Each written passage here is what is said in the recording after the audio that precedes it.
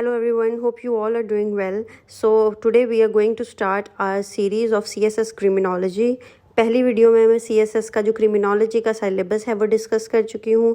काफ़ी जगह पे CSS क्रिमिनोलॉजी का जो सिलेबस है वो PMS के साथ और बाकी जो कम्पिटिटिव एग्ज़ाम्स होते हैं सारे प्रोविंसेस के उनके साथ ओवरलैप करता है। तो जो सिलेबस है वो आप FPSC की वेबसाइट से भी डाउनलोड कर सकते हैं और इस जो प्लेलिस्ट है इसका जो फर्स्ट वीडियो है वो भी सिलेबस पे है। अगर हम सिलेबस की बात करें जो CSS क्रिमिनोलॉजी का है तो बेसिकली वो 4 सेक्शंस में डिवाइडेड है जो हम डिस्कस कर चुके हैं। हर सेक्शन 25 नंबर का है। तो अब हमारी जो पहली 4 वीडियोस हैं वो सेक्शन 1 को कवर करेंगी। जैसे कि FPSC में भी सेक्शन 1 में 4 टॉपिक्स हैं। हर टॉपिक के सब टॉपिक्स भी हम उसी वीडियो में डिस्कस करेंगे। तो जो अब हमारा फर्स्ट टॉपिक है फर्स्ट सेक्शन का वो है इंट्रोडक्शन टू क्रिमिनोलॉजी। सबसे पहले हम ये डिस्कस करेंगे कि लोगों को क्या लगता है कि क्रिमिनोलॉजी क्या है। लोगों को लगता है कि क्रिमिनोलॉजी का मतलब है कि आप डिटेक्टिव बन के क्राइम सॉल्व करेंगे, लेकिन बेसिकली क्रिमिनोलॉजी क्या है? क्रिमिनोलॉजी आपको ये अंडरस्टैंड करवाती है। क्रिमिनोलॉजी ये स्टडी है जिससे आप अंडरस्टैंड करते हैं कि लोग क्राइम कमिट क्यों करते हैं, क्रिमिनल लॉ क्या होता है, किस किस तरह की क्राइम्स होते हैं, अगर किसी को अरेस्ट करना है तो उसका क्या प्रोसीजर होता है, ट्रायल क्या होता है, कन्विक्शन क्या होती है, इंटरनेशनल ऑर्गेनाइजेशंस का क्या रोल है क्राइम कंट्रोल के अंदर, और क्राइम क्या है आपकी रोज़मर्रा की ज़िंदगी में, हम कैसे लॉज बना सकते हैं क्राइम को रिड्यूस करने के लिए। बेसिकली ये क्रिमिनोलॉजी है। क्रिमिनोलॉजी ये नहीं है कि सिर्फ जो अगर हम अपने दिमाग में क्रिमिनोलॉजी सोचते हैं तो हमें लगता है डिटेक्टिव बनना या फोरेंसिक्स करना या फिंगरप्रिंट इन चीज़ों को करना, लेकिन ये एक सिर्फ उसकी सब ब्रांच है छोटी सी। So now let's discuss introduction to criminology. सबसे पहले हम इस सब्जेक्ट की इस क्रिमिनोलॉजी की डेफिनेशन डिस्कस करेंगे। बेसिकली जो टर्म क्रिमिनोलॉजी है इसको पहली दफ़ा कॉइन किया था राफेल ग्राफेलो ने 1885 में। आप MCQs के लिए इस तरह की बातें नोट करें। क्रिमिनोलॉजी है उसका जो ओरिजिन है तो उसके जो 2 ओरिजिन हैं। लॉजिक आपको पता है जैसे बायोलॉजी, साइकोलॉजी। जो लॉजी वर्ड है इसका बेसिकली मतलब होता है स्टडी और ये ग्रीक ओरिजिन का वर्ड है। अगर हम क्रिमिन की बात करें तो ये लैटिन ओरिजिन का वर्ड है जिसका जो यूज़ किया जाता था क्रीमन, CRIMEN, और इसका मतलब है एक्यूजेशन, किसी पे इल्ज़ाम लगाना। तो बेसिकली जो स्टडी ऑफ एक्यूजेशन है उसको हम क्रिमिनोलॉजी कहते हैं। इसके अलावा इसकी डिफरेंट न्यूमरस डेफिनेशंस हैं। अगर हम कहें कि हम सिंपली कह सकते हैं कि क्रिमिनोलॉजी क्या है, एक साइंटिफिक स्टडी है क्राइम और क्रिमिनल की।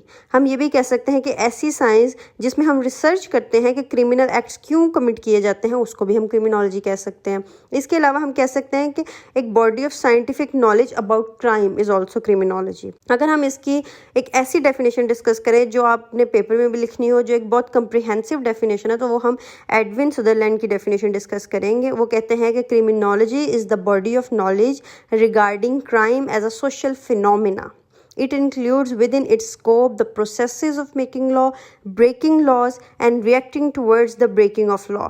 मतलब कि सदरलैंड कहते हैं, एडविन सदरलैंड कहते हैं कि क्रिमिनोलॉजी वो बॉडी है नॉलेज की जो क्राइम को एक सोशल फिनोमिना कहती है, और वो कहती है कि इसके स्कोप के अंदर हम वो डिस्कस करेंगे कि लॉज बनते कैसे हैं, लॉज तोड़े जाएं तो क्या रिएक्शन होता है लॉ मेकिंग बॉडीज़ का, और किस तरह वो रिएक्ट करती हैं। तो बेसिकली ये क्रिमिनोलॉजी है। अगर आपने क्रिमिनोलॉजी स्टार्ट कर रहे हैं अभी से तो आपको ये एक बात अपने ध्यान में रखनी है कि जो एडविन सदरलैंड है वो एक अमेरिकन सोशियोलॉजिस्ट हैं और इन्हें बहुत ही इन्फ्लुएंशियल क्रिमिनोलॉजिस्ट माना जाता है 20th सेंचुरी का। ये बेसिकली सिंबॉलिक इंट्रैक्शन के ये सोशियोलॉजिस्ट हैं। जब हम सोशियोलॉजी डिस्कस करेंगे तो हम देखेंगे वहाँ पे 3 मेन स्कूल्स होते हैं। सबसे पहले से एक सिंबॉलिक इंट्रैक्शनिस्ट होता है, एक कन्फ्लिक्ट पर्सपेक्टिव होता है और एक स्ट्रक्चरल फंक्शनलिस्ट होते हैं। तो बेसिकली एडविन सदरलैंड जो है वो सिंबॉलिक इंट्रैक्शन के जो हैं वो सोशियोलॉजिस्ट हैं, और ये सबसे ज़्यादा क्रिमिनोलॉजी में अगर इनकी हम कंट्रीब्यूशन देखें तो इन्होंने डिफाइन किया है वाइट कॉलर क्राइम को, और डिफरेंशियल एसोसिएशन एक थ्योरी है बहुत फेमस क्रिमिनोलॉजी की, हम आगे जाके डिस्कस करेंगे, वो इन्होंने भी उसके लिए उसमें इनका बहुत ज़्यादा काम है। इसके अलावा एक और डेफिनेशन अगर हम क्रिमिनोलॉजी की डिस्कस करें तो वो हम कह सकते हैं कि criminology is the integrated multi disciplinary study of causes, prediction, and the control of crime and other harmful behavior constituting a breach of societal norms at a local, national और international level.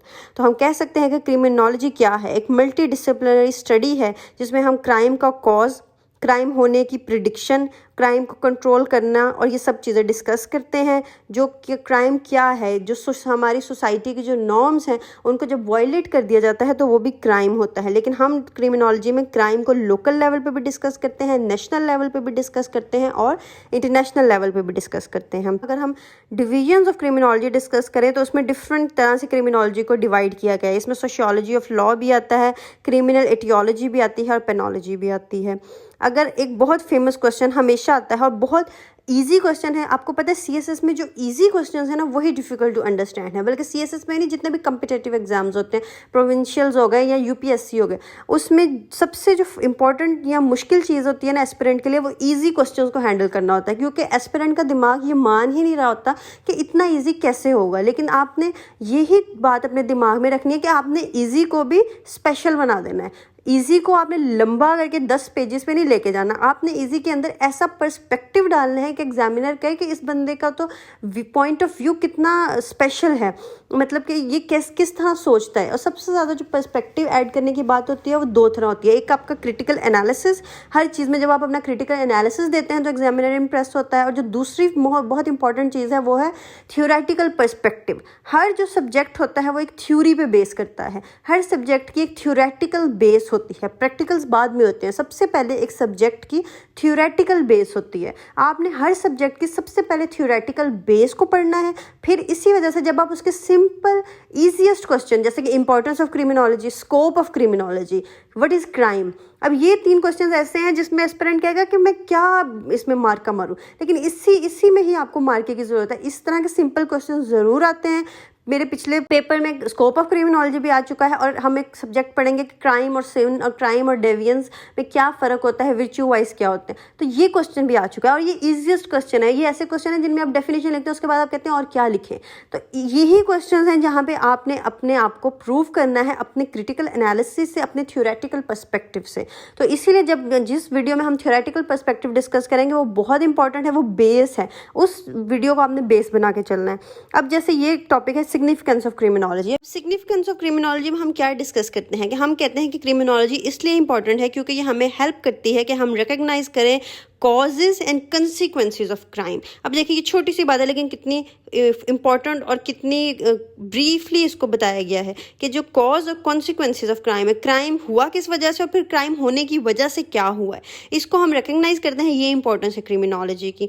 किस तरह analyse करते हैं, micro level पे भी, macro level पे भी, और फिर उनको प्रोमिनेंट क्रिमिनोलॉजी पर्सपेक्टिव के साथ मैच करते हैं, क्रिमिनोलॉजिकल थ्योरीज के साथ मैच करते हैं। फिर हम कहते हैं कि ये जो क्राइम है इसके पीछे क्या है, ये वाइट कॉलर क्राइम है, ये किस तरह का क्राइम है, ये ऑर्गेनाइज्ड क्राइम है, ये क्राइम क्यों हुआ, इसके पीछे क्या सोशियोलॉजिकल पर्सपेक्टिव है, इसके पीछे क्या स्ट्रक्चरल फंक्शनल इसका पर्सपेक्टिव है, क्या पर्सपेक्टिव है, कन्फ्लिक्ट पर्सपेक्टिव है, डिस्क्रिमिनेशन की वजह से हुआ, किस वजह से हुआ, हम विक्टिमोलॉजी डिस्कस करते हैं। इसके अलावा क्या है सिग्निफिकेंस ऑफ क्रिमिनोलॉजी के, इसमें हम डिस्क्राइब करते हैं इंटर रिलेटेड इंस्टीट्यूशंस को और वो प्रोसेसेस जो क्रिमिनल जस्टिस सिस्टम को बनाते हैं। लॉ कैसे बनता है, किसी भी कंट्री का क्या क्रिमिनल जस्टिस सिस्टम है, क्या जुवेनाइल जस्टिस सिस्टम है, किस तरह लॉ बने, क्रिमिनल लॉ की क्या हिस्ट्री है। फिर क्या क्रिमिनोलॉजी की सिग्निफिकेंस है कि हम इसमें प्रोवाइड करते हैं assistance in law making and penal legislation. जब हमें पता चलता है क्राइम किस वजह से हुआ तो हम क्या करते हैं, रूट कॉज ऑफ क्राइम को ख़त्म करने की कोशिश करते हैं। हम उस तरह के लॉ बनाते हैं कि वो क्राइम सोसाइटी से ख़त्म हो जाए, क्योंकि सोसाइटी को इस चीज़ का बिल्कुल फ़ायदा नहीं है कि वो 5 बंदे क्राइम करें वो उनको सज़ा दे। सोसाइटी को फ़ायदा तब होगा जब सोसाइटी ऐसी सज़ा दे या ऐसा लॉ बनाए कि लोग क्राइम से रुक जाएँ, डेटरेंस पैदा करें। बेसिकली सोसाइटी का गोल डेटरेंस होता है कि वो ऐसा लॉ बना दे कि लोग क्राइम ही ना करें और सोसाइटी खुशहाल रहे। क्योंकि किसी भी सोसाइटी को इस चीज़ से फ़ायदा नहीं पहुंचता कि वो अपने 5, 7, 10 बंदों को एग्जीक्यूट करे या उनको बहुत बुरी सजाएं दे या वायलेंस करे। क्रिमिनोलॉजी की क्या सिग्निफिकेंस है, इसमें हम एनालाइज करते हैं shortcomings of the current जो क्रिमिनल जस्टिस सिस्टम है। उसके अलावा हम डिस्कस करते हैं कि work towards the prevention of crime and the rehabilitation of criminals, कि हम क्राइम को रोकें और क्रिमिनल्स की रिहेबिलिटेशन करें, जो कि हम डिस्कस कर चुके हैं। अब एक और फेमस क्वेश्चन है कि स्कोप क्या है क्रिमिनोलॉजी का। तो हम कहेंगे कि क्रिमिनोलॉजी का एक इंटरडिसिप्लिनरी नेचर है। इंटरडिसिप्लिनरी नेचर क्या होता है कि वो ओवरलैप करता है बहुत ज़्यादा डिसिप्लिन्स के साथ। जेंडर स्टडीज़ का जो इंटरडिसिप्लिनरी सब्जेक्ट है, सोशियोलॉजी एक इंटरडिसिप्लिनरी सब्जेक्ट है। तो वो जो सब्जेक्ट जो डिफरेंट जो सब्जेक्ट्स के साथ ओवरलैप करता हो उसको हम इंटरडिसिप्लिनरी सब्जेक्ट कहते हैं। ये किन किन के साथ ओवरलैप करता है, ये सोशियोलॉजी के साथ ओवरलैप करता है, पॉलिटिकल साइंस के साथ ओवरलैप करता है, साइकोलॉजी के साथ, इकोनॉमिक्स के साथ, नेचुरल साइंस के साथ कैसे ओवरलैप करता है, या इस कोर्स के एंड तक आपको पता चल जाएगा कि सोसाइटी का क्या रोल होता है क्राइम में, political science, law making bodies का क्या रोल होता है क्राइम में, साइकोलॉजी कहाँ तक एक क्रिमिनल को हेल्प करती है या उसको कन्विंस करती है क्राइम करने के लिए, इकोनॉमिक्स का, पैसों का, गरीबी अमीरी, जेंडर डिस्क्रिमिनेशन या जो आपकी क्लास डिस्क्रिमिनेशन है उसका क्या रोल होता है क्रिमिनोलॉजी में। हम नेचुरल साइंस को डिस्कस करेंगे कि बायोलॉजी का क्या कॉज होता है क्राइम का, क्या कुछ लोग सिर्फ इस वजह से क्राइम करते हैं कि उनके जीन्स में होता है। तो बेसिकली ये इसका स्कोप है और ये ही आप लिखेंगे जब आप पेपर में लिखेंगे। आप इन हेडिंग्स के अंदर इसको डिस्कस करेंगे, थ्योरेटिकल पर्सपेक्टिव्स यूज़ करेंगे। आपको वो स्कोप का छोटा सा क्वेश्चन है, लेकिन आपने उसको सिर्फ ऐसे नहीं डिस्कस करना कि इसके स्कोप में ये है कि ये सोशियोलॉजी के साथ ओवरलैप करता है, इसके स्कोप में ये है, ये पॉलिटिकल साइंस के साथ नहीं। आपने ऐसे डिस्कस करना है कि इसका स्कोप ये है, ये सोशियोलॉजी के साथ ओवरलैप करता है। कैसे? हम इसमें डिस्कस करेंगे डिफरेंशियल एसोसिएशन थ्योरी, हम इसमें डिस्कस करेंगे sociological theories, social control theories, learning theory, labelling theory, ये सारी थ्योरी से आप डिस्कस करेंगे कि कैसे क्रिमिनोलॉजी सोशियोलॉजी के साथ ओवरलैप करता है और कैसे क्रिमिनोलॉजी हमें हेल्प करता है। इसी तरह डिफरेंट, जैसे इकोनॉमिक्स के लिए भी आप डिस्कस करेंगे। एक बहुत फेमस थ्योरी है कि जो लोग ज़्यादा ऐसे एरियाज़ में रहते हैं जो गरीब होते हैं या जो बहुत ज़्यादा मूव करते हैं, बहुत माइग्रेशन या इमिग्रेशन होती रहती है, रिफ्यूजीज होते हैं, उन एरियाज़ पे भी क्राइम ज़्यादा हो रहा होता है। तो यहाँ से हम इसका इकोनॉमिकल पर्सपेक्टिव भी डिस्कस करेंगे। अगर हम क्रिमिनल सोशियोलॉजी की बात करें तो हम कह सकते हैं कि it deals with how society affects and is affected by the criminal behaviour. Criminal psychology में हम डिस्कस करेंगे कि it is the study of thought, wills, reactions and intentions of criminal, all the characteristics in the criminal behavior.